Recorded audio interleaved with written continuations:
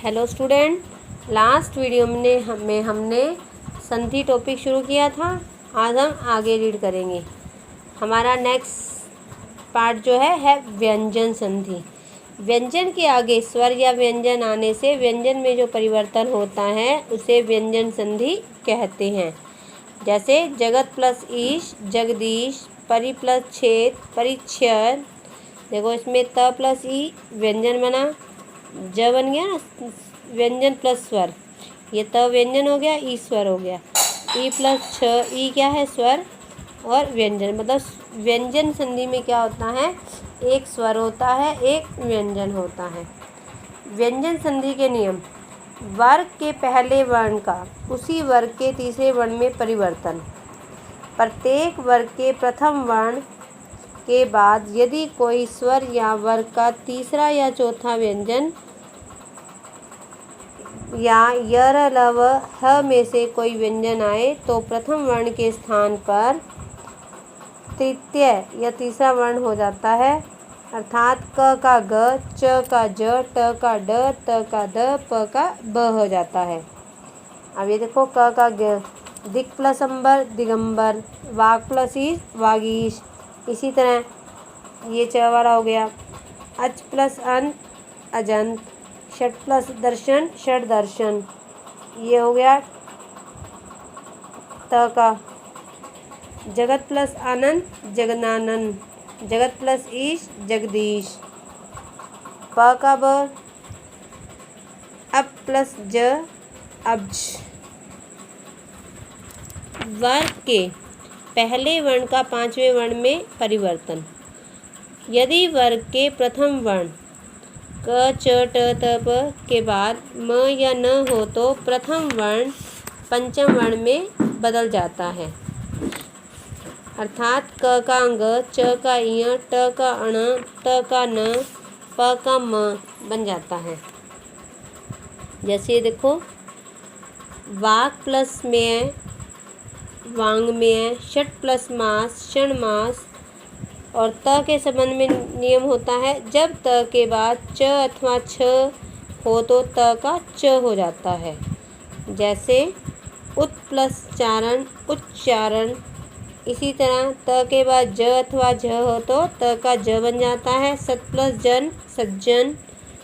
और त के बाद ड अथवा ढ, त का ड हो जाता है।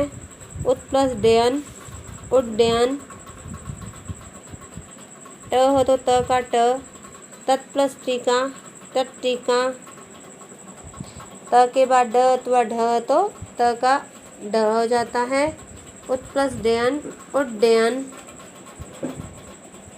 त के पश्चात लय हो तो त का ल बन जाता है। उत प्लस लेख उल्लेख। इसी तरह त के पास श आ जाए, त का च और श का छ बन जाता है। उत प्लस शिष्ट उच्छिष्ट। जब त के पश्चात ह तो त का द और ह का ध बन जाता है।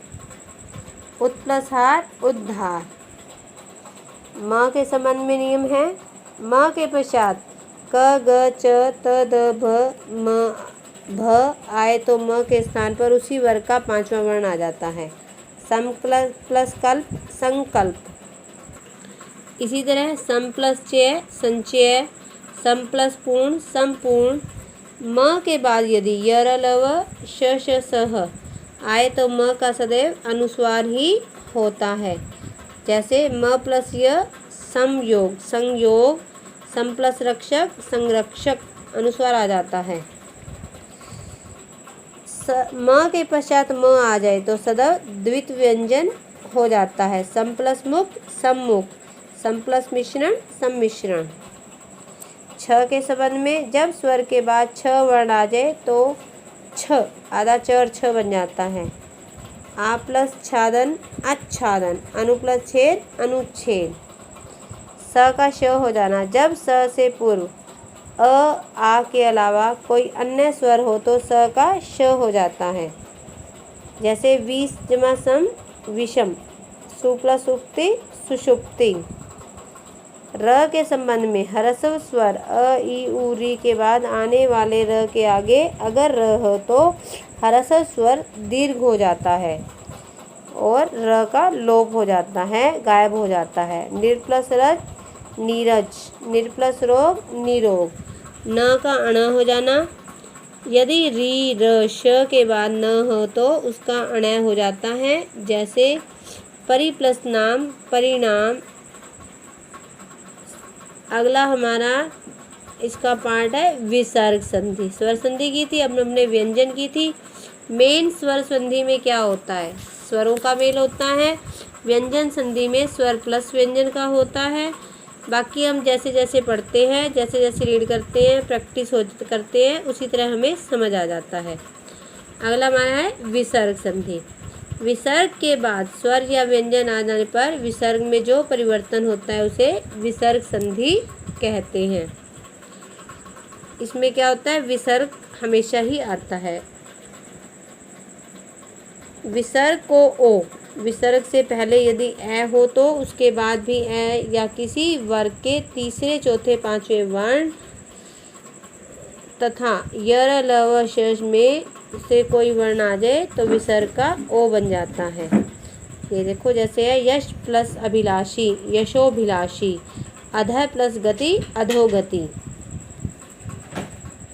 विसर्ग को र, विसर्ग से पहले अ और आ को छोड़कर कोई दूसरा स्वर हो और परे कोई अन्य स्वर वर्ग के तीसरे चौथे पांचवें वर्ण या य र ल व ह में से कोई वर्ण हो तो विसर्ग का र बन जाता है। जैसे ये देखो, यहाँ पर है निह प्लस आशा निराशा, निह प्लस धन निर्धन। विसर्ग को श, विसर्ग से पहले कोई स्वर हो तो या परे च छ श हो तो विसर्ग का क्या बन जाता है? श।